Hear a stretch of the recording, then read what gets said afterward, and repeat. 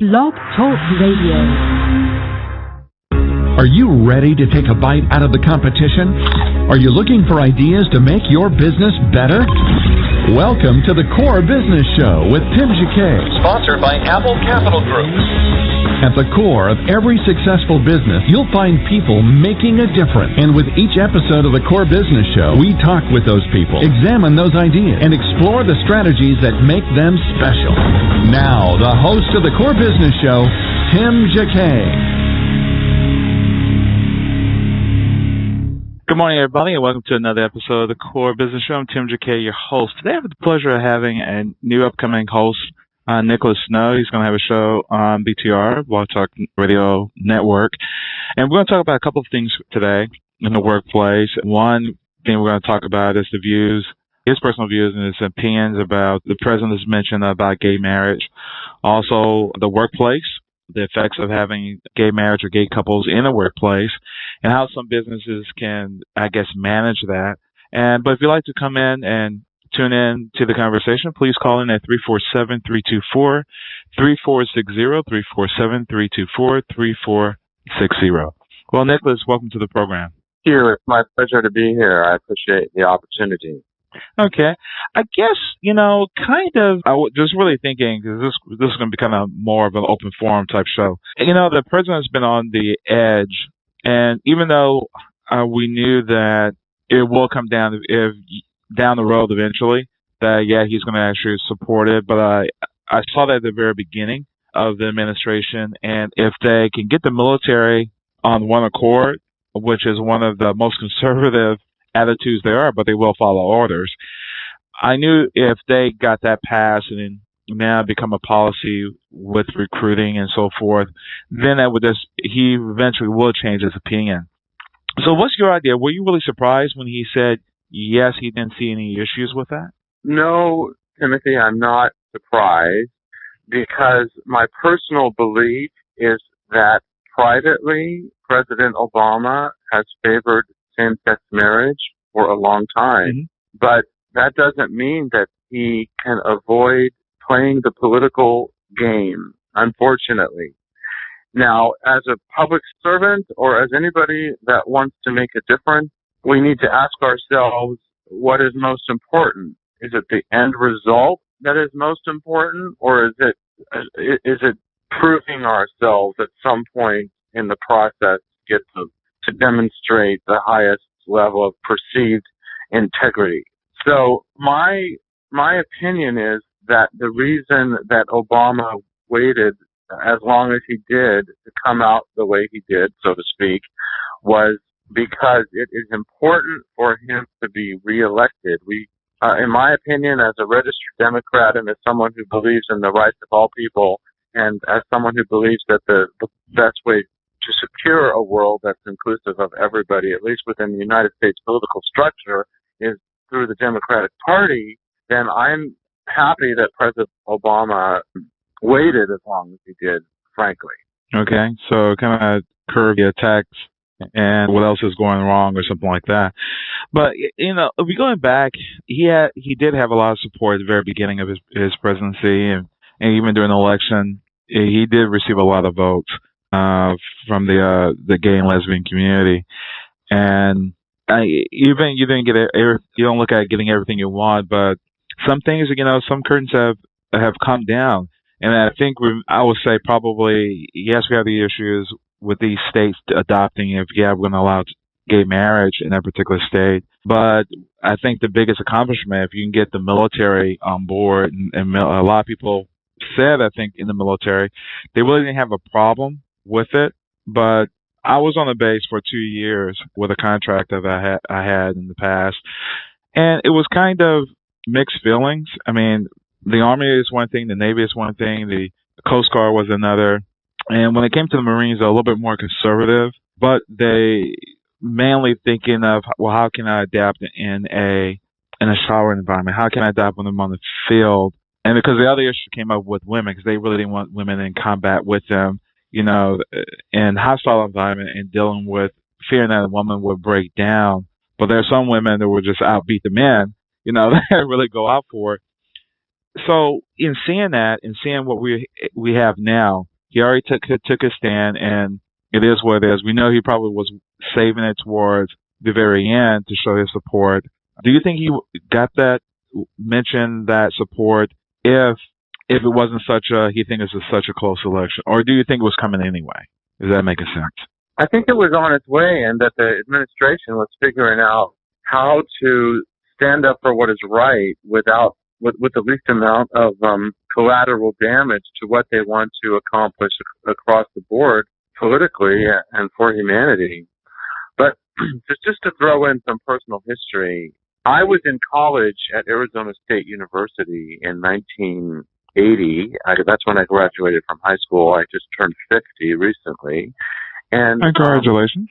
Thank you. And in 1983, I actually planned on enlisting in the Air Force because I was frustrated with college, and I also came from a military family. My father was killed in the Air Force in 1972 in a crash, actually, at Carswell Air Force Base in Fort Worth, Texas, which has now become a naval base. At any rate, my father was killed in the Air Force, and my uncle is a retired colonel in the Air Force. So I always say if my family values are not in accordance with military service, whose are? At any rate, in 1983, I went to enlist in the Air Force, and I had also sort of started my own coming out process, and if I had thought it through, I would have known this would have been the outcome. But when it came to fill out the final paperwork, there was a question on the paperwork at that time that says, do you have any homosexual tendencies? Now, before it ever got to this place in the process, I had scored extremely high on a test, and I had college background. So I would have gone in as an officer, and they were going to train me as a linguist. So I would have had a year of language training, and therefore I would have served an extra year as part of my enlistment. Well, when I answered the question in a split second of honesty, yes, I had homosexual tendencies, the process came to a screeching halt. The recruiting officer that had been very kind was then very cold, and I was out the door. And that was, a turning point in my own life. I ended up going back to college and graduating and had a very different life because of it. Well, fast forward now, and, President Clinton tried his best to at least eliminate the witch hunts that were happening in the military to throw out gays and lesbians and bisexual people who were serving and have served in the military as long as it has existed. He tried to stop the witch hunt with the don't ask, don't tell policy, going after gay and lesbian service people. So what Obama did with his overturning of don't ask, don't tell was huge, but it also comes on the heels of decades of a gay and lesbian, transgendered, bisexual civil rights movement. So there's a huge amount of history and a huge amount of context. Also, we need to look at who is in the military today. They're very heroic and courageous young people who many of whom have joined the military not only because of their patriotism, but because of the need to have a job, the need to create some sort of career, etc. But this particular group of people in our country, they're educated. They've grown up their entire lives where there have been positive, accurate portrayals of gays and lesbians in the media.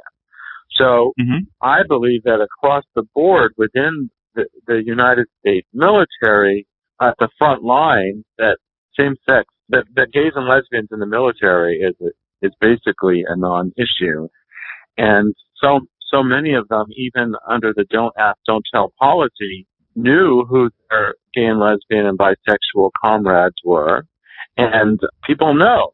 I mean, there is such a thing as gaydar. People know who's gay and who isn't. You don't have to necessarily proclaim it. Yeah. So what Obama did was huge. And I'll tell you what is really exciting with Obama's proclamation is how many members of the non-gay and lesbian community have stood up cheering his decision. And it just shows us that more than ever, someone's sexual orientation is a non-issue, and people get that the fight for full equality is about to right to love.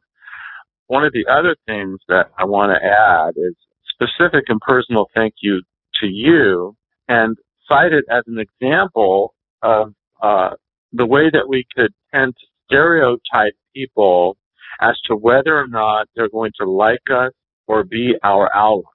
So you and I have known of each other just a brief period of time, but I know that you're a heterosexual African American with a religious education. Is that true? Yes. Okay. So, and you're fairly young. So I'm gonna, if I'm gonna stereotype you, I'm gonna think, okay, as a younger African American, heterosexual with a religious education, you're not going to be my ally or my advocate, and in fact, you could very well be my foe. Well, that's a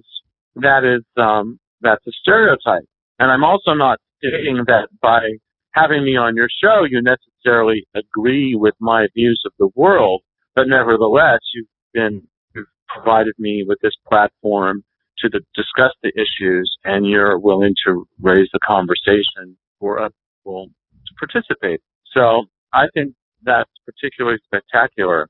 And in the days and weeks since Obama's announcement, so many people are coming forward with their support in places that you wouldn't expect it to be, including, for example, major leaders within the African American churches across the country.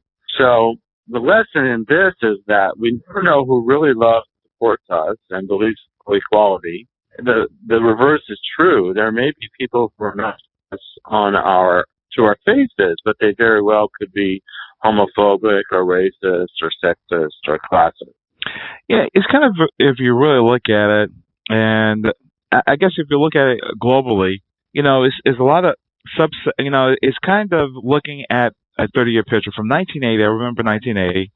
You look at where we are today. I didn't realize we would be where we are today.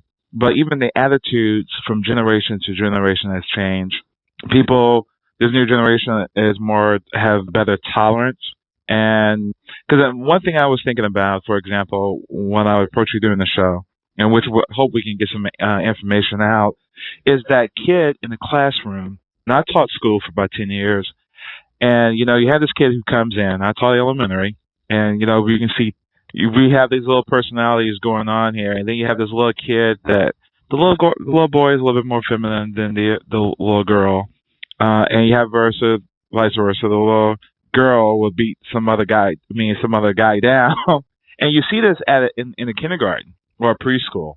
And then as they come to the third or fourth grade, they know who they are in their hearts, but they don't know how to deal with it. Maybe they get teased sometime. You still on a level playing field. It really doesn't start changing until they get probably in the fourth grade.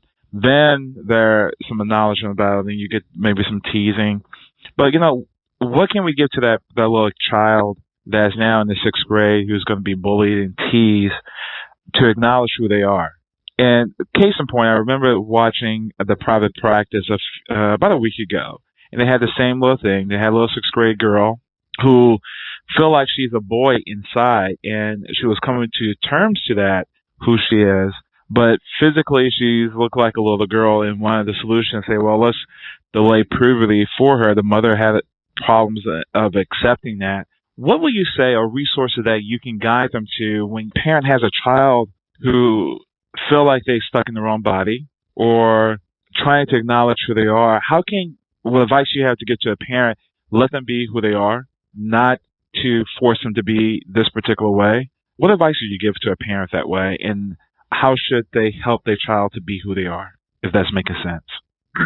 Okay, well, I appreciate the question. And one of the things that I wanted to say to you and your listeners is that while I'm not personally an expert in any of the specific topics that we're talking about, but I have almost 3 decades in the media as an openly gay person, as a media activist. I'm also professionally a journalist, and when I cannot speak to from my own experience, I certainly know where to direct people for more specific answers. But one of the things that I want to say immediately to your question is that there is a difference between sexual orientation and gender identity. So, for example, you could have a young boy who is effeminate. That young effeminate boy could be heterosexual and just not conforming to gender norms. That effeminate boy could be gay and at some point would realize that as he gets older and matures, or that young boy may in fact be in his heart and soul and makeup transgendered and be what we would refer to as a girl trapped in a young boy's body. So gender behavior doesn't necessarily answer these sorts of specific questions about who the person is. But with that said, in the school system, people are bullied for all kinds of reasons, and it doesn't have to simply be about whether or not they're conforming to specific gender behaviors and whether or not they may or may not be gay or lesbian. And one of the since this is an online program and almost everyone listening to me right now is probably a click away from a website, one of the leading organizations that has brought about these fantastic changes that we're seeing in the world today is the Human Rights Campaign. And their website is hrc.org. Stands for the Human Rights Campaign. It's Human Rights Campaign, but the website is hrc.org. And if you go to main page, there's a sub-banner, and one of the drop-down menus is issues. Well, when you look into that particular section, there is a section on parenting, for example. There's a specific, I'll just read them all. There's coming out, hate crime, marriage, religion and faith, state advocacy, workplace, federal advocacy, health, parenting, straight supporters, transgender, and youth and campus. So I'm just going to click on the parenting link, and I'm taken to a page that actually is looking at families that are headed by lesbian, gay, bisexual, or transgendered parents. So that's one of the particular resources that's available here. Now, getting back to a specific question, one of the things that's going on in schools across the country is the appearance of gay and straight alliances that bring together students from all walks of life who want to stand up for acceptance and tolerance and inclusivity and full equality of their classmates who may or not be gay or lesbian. Nicholas, you still there? Yes, I'm still here. Oh, okay. Yeah, I'm sorry. You just went a little dead for a second. So that's okay. Okay. So, in taking in that particular resource, what is that address again? hrc.org. Fantastic website, and it's filled with resources. Okay, perfect. It's the website of the Human Rights Campaign. What is your views? I have some gay and lesbian friends, and they have mixed views. They're really divided on the issue of gay marriage. Well, I thought there would be for gay marriage, and there actually is like half and half. Some say, well, no, they shouldn't, but they're going to have, any couple is going to have the same dynamics that any other type relationship. It just part of the game. When you're in a relationship, things are totally different, and it won't make a difference if the person is in a traditional marriage or in a same-sex marriage. But what is your opinion regarding that? Either or, I mean, if they're equal, the relationship is a relationship regardless. We're not talking about the institutional marriage itself, but mainly if you side by side, the man and woman will have their own dynamics, and it's going to be pretty parallel to the same thing with the same sex. You might have some outside things that are coming into this, but however, side by side, do you think the marriage should be legal in the United States and all states? Well, I personally do believe that we need federally protected same-sex marriage, and we need it quickly. And there are several reasons for that. Let's use an analogy, and some people resent this analogy because they do not understand the correlation between the African American civil rights movement and the gay and lesbian, bisexual, transgendered civil rights movement. But there was a time when interracial marriage was legal in some states and it was not legal in other states. And as the law progressed, so interracial couples that wanted to get married actually had to travel to another state to do it.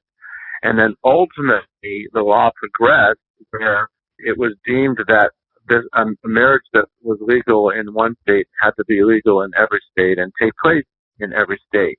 And you have situations in the United States where in some places there's legal domestic partnerships. In other places like California, same-sex marriage was legal and then it was illegal, and now we're hoping that it will be legal again. And there's over 2,000 rights and responsibilities that are afforded to married couples that are not afforded to even single heterosexual couples who choose for whatever reason not to get married. But when you look at it at its core, one of the huge issues is being able to be with the person that you love. And many same-sex couples are in relationships with people who are not U.S. citizens. They have met people from other countries because of their professions, their careers, because of travel and tourism, because of the internet, however they met. They are now madly in love, but they cannot be together because of immigration policy. So, for example, I just finished 5.5 years living in Thailand as a foreign correspondent, and I returned to the United States in July. But if you have, and I wasn't involved with a Thai person romantically in a serious way, so it didn't come up for me personally. But I know many American gay men who have boyfriends from other countries that would love to be able to be with them, but they can't because their partner cannot get a visa to live in the United States. So immigration is just simply one reason why marriage rights need to be at a federal level. Recently, in the past week, there was a powerful image being shared on Facebook that had members of the KKK at a cross burning, and the headline that went with that photo is, "See what happens when we leave equal rights up to the state." And the point is that if we really are a nation of true equality, we need to make sure that everyone in the nation has true equality. So we can't say, all right, if California allows same-sex couples, but Mississippi doesn't want to, that's fine. That really is unacceptable. And I think that what will happen, my prediction is that within 5 years, we'll have legal federal same-sex marriage across the board, if not sooner. Well, so you think, if there's a Republican administration, that will happen?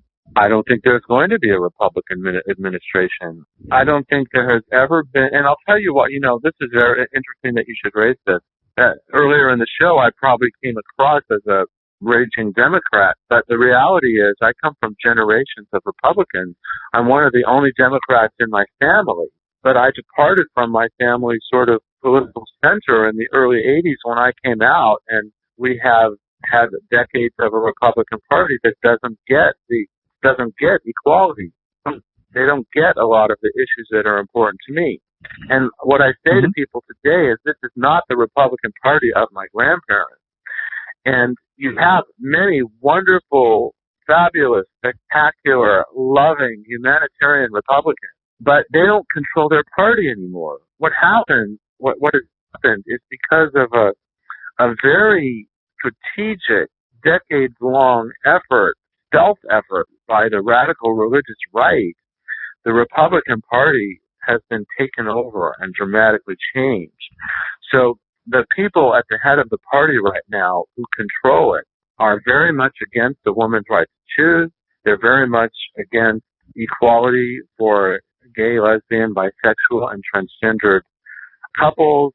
And they seem to be very much supporting any underdog in our country. This whole 99% versus 1%, it's not spin. It's reality. And in the context of all of this, especially because Romney is such a flip-flopper and has demonstrated his own hate and bigotry by dramatically coming out against same-sex marriage, saying he will support a federal constitutional amendment that prohibits it. I really believe that Obama will be reelected, and that the result. Yeah, because I agree with you. Because I don't think it will ever make the Constitution. I lived in D.C. 15 years ago, and I remember underneath of how the fabrics of D.C. works. If you look at San Francisco and you look at D.C., we see what we see on the outside of D.C., but the infrastructure of the city of Washington, D.C., if they go there, I would say it's more, how I would say it, the gay and lesbian community rule D.C., and you might not see it on the surface where we see it here, but if you go to downtown D.C., they will tell you that. And when I first came into that city, all the churches, all the infrastructure is like it's not an underground, but it is a fact that's known that things are being in control. They have a lot of influence of what goes on in D.C., and they network extremely well. But that won't ever make it. But again, just think about the Mormon religion with Romney. I guess it's like he's really caught in two different worlds, because I think he's trying to appeal to the Christians, but however, he's a Mormon, and Christians have issues with that from the very beginning. Do you think personally he's going to win over the Southern Christians who have these conservative ideas? Because he really doesn't appear to be conservative enough for them. Well, one of the things I want to say is that I'm not anti-Christian, and as much as I am not anti all Republicans, and I believe that the majority of Christians do live Christ-like lives and treat other people as they would like to be treated. But you have these radical Christian elements that have taken over the Republican Party, and that you really have to pander to them if you want to get anywhere within the Republican Party. And I think that Romney he's flip-flopped so many times on so many issues. I don't know if your listeners are aware, but he, within Massachusetts, said that he would be more supportive of gay and lesbian civil rights than Kennedy ever was. And I remember that. And now he's completely flip-flopped, and this is just one of the issues that he's flip-flopped on. So, I really don't believe that there is a political future for I like to say Mitt Romney. Romney. Yeah. I believe that's playing out every single day. Yeah. I respect him as a good business person. He's done well for himself. But it's going to be, really, I would like to see the first Tuesday of November how things really play out.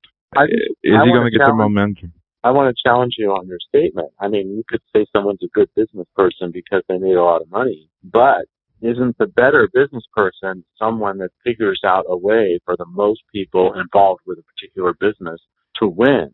And I think everything about Romney's business strategy is that he's been great about a small group of people getting very, very rich, but he's been very poor about creating policies within his own private business practices that truly empower the economy. I really believe that someone who practices business the way that Mitt Romney has does a lot more damage to the economy while amassing personal wealth. Mm-hmm. Absolutely right. In your opinion, for example, with policies regarding businesses, how can they play this in a workplace environment itself? Meaning, if you do have like a situation, have a same-sex couple, when you have a couple in the office and where you have different dynamics, how, in your opinion, how can a business owner make that work for him? If, in one sense, yes, we have these two couples this couple got together. Now we have that. We have a small company, so we just have to go on. What dynamics do you think they need to put in place to say, hey, we need to level this fill out? I understand you're a couple. It could be any couple. And however, we need to probably just leave the personal part of you outside the door. Just focus on what you're here to do. Does it make sense? I believe that Or every person just wants to show up at their job and do their job and do it as well as possible. And that if they're in a gay, lesbian, bisexual, and transgendered friendly workplace, it's going to be a much happier and productive workplace across the board, in my personal opinion. But there's basically two sets of your listeners that I want to reach. I want to reach the employers who are dealing with this issue in their workplace, and I want to reach the lesbian, gay, bisexual, and transgendered employees, and basically point them at two resources. If you once again go to the website hrc.org, from the sub-banner at the top of the website is a drop-down menu. One of them is issues. Within that, you can choose workplace. When you go to the workplace page, on the left-hand side of that page is a benefits section. There's the Corporate Equality Index, which is the way that Human Rights Campaign has helped advance corporations and their relation to all these issues in their great work. There's an employer resources link and an LGBT employee resources link. But if you click on the employer resources link, this particular page, there is a whole list of possible scenarios and resources and everything. For example, it's an alphabetical order. The workplace resources are in alphabetical order. So one of the first things that shows up is adoption benefit program. I see that. Just to scroll down, there's diversity training on sexual orientation and gender identity issues. There's something that's, about marketing to the gay and lesbian, bisexual, transgendered community. How do you retain your lesbian, gay, bisexual, and transgendered employees? Some of the best resources available in the world regarding these issues for both the employee and the employer are available at hrc.org. I want to throw in another personal story here. In the 1990s, I lived in Los Angeles, and I worked at Cedars-Sinai Medical Center, and I was already pretty much a gay activist. And the word activist means a lot of different things. For me, it doesn't mean that you're radical or in somebody's face. It means that you're willing to express your truth to the people around you and be as effective as possible creating the world that you want. But nevertheless, at one point, I sent an email to the Senior Vice President of Human Resources at Cedars-Sinai Medical Center, and I suggested that we have a gay and lesbian pride observance at the hospital in keeping with Gay Pride Month, because the medical center would observe other groups among its workforce. For example, they would have a Black History Month celebration. So I suggested this, and Senior Vice President Marilyn Sharp said yes. A group of us got together, and we basically had a great assembly. And out of that, other people met, and then an openly gay person within the Department of Human Resources worked with some of the employees, and over the next year, Cedars-Sinai Medical Center adopted Domestic Partnership Benefits Plan. And this was in the 1990s. And I won't say that I'm responsible for this having taken place, but I was definitely part of it. So the way all of these changes are happening in the workplace and in our churches and in our communities is that individuals who are enlightened about the subject matter reach out to the people they influence. They express their truth. And that's how the change is made. Wow. Amazing. This is a great website, and I'm pretty much going to share it on a blog and mention it again. A lot of resources. What is your other opinion regarding, I guess, around the country? Some countries are a little bit more tolerant, like I've been told Canada. Canada, do they have same-sex marriages? Yes, they have same-sex marriage on a federal level, and there are actually many countries throughout the world that do. And I don't know if you've spent much time out of the United States, but one of the things President Obama is criticized for is there are people think that he has caused America to look weak by apologizing for America's behavior. But outside of the United States, it's especially after 8 years of the Reagan-Bush and Bush-Cheney, actually we're talking now 16 years, but Reagan-Bush, Bush-Cheney influence on not only the United States but the world, America from outside the United States is not viewed very favorably because it seems to demonstrate this need to be the big brother. And I'm not discounting the amazing things that America can do to help people worldwide because of its resources, but I am talking about the atrocities of starting wars that should have never been started and so forth. So the rest of the world, when it comes down to same-sex marriages, at least in countries that are not predominantly influenced by deeply religious beliefs, such as Muslim countries, but the most of the people in the world, they look at America's views on same-sex marriage as being in the dark ages. Wow, that's amazing. And it's good that you mentioned that. I guess not only we were kind of excited, but the world, because then hopefully they thought American attitudes would begin to change and versus being, they don't have a good reputation overseas. Even when we give them billions and billions of dollars, they see us as the bully and, we want to take over the world and put our views on them. It's good to see that the administration took a different approach in trying to repair that relationship altogether. Visiting, I think you mentioned Thailand, top of the hour. Was it Thailand? I have mentioned Thailand. I lived there for 5.5 years. They do not have same-sex marriage. Okay. Any other Asia-Pacific countries have same-sex marriages? No Asia-Pacific countries have same-sex marriage. And I was actually going to go to the section on the Human Rights Campaign's website that would tell me the countries that have same-sex marriage, but my computer has just locked up. Oh, there, it's just freed up. So, I'm off the top of my head, I cannot list all the countries that have same-sex marriage, but United Kingdom is one of them, and Canada is one of them. I believe a major South American country has recently come out in favor of same-sex marriage. So, I don't have that on the top of my head, but some countries have had same-sex marriage for decades. Wow. Well, I guess in closing real quick, your opinions about, the president's views and where we headed as a nation. Are we headed in the future in 5 years that on the federal level, there would be gay marriage? Yes. Same-sex marriage, same-sex marriage. Yes, within the next 5 years on the federal level, I do believe we will have same-sex marriage. And as a media activist, I'm following these issues all the time. My radio show launches July 1st. People can find it at snowbiznow.com, snowbiznow.com. But yes, we're moving toward a brighter future because of President Obama. Okay. So your show launches, we said, July 1st?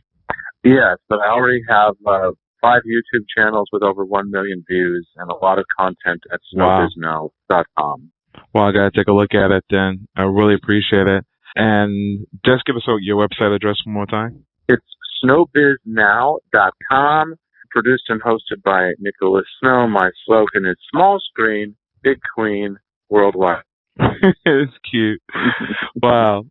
Nicholas, I really appreciate it. It's been a fun 45 minutes, and I appreciate you coming to the show. Thanks for having me on. Keep up the good work. Thank you. Take care. Have a great day. You too. Bye-bye. Bye-bye. This has been another production of the Core Business Show with Tim Jacquet. Thank you all for listening. Download this episode on iTunes, on Blog Talk Radio, or on blog.Apple Capital Group. Thank you. Everybody have a great day. Take care. Thank you for listening to the Core Business Show with Tim Jacquet. For a free quote on equipment leasing and financing, visit our website, applecapitalgroup.com. That's applecapitalgroup.com. And fill out the information to receive your free quote. We hope you'll join us for our next episode. And remember, you can always get to the Core via iTunes. You'll find all our previous episodes there. Thanks again for listening to the Core Business Show with Tim Jacquet.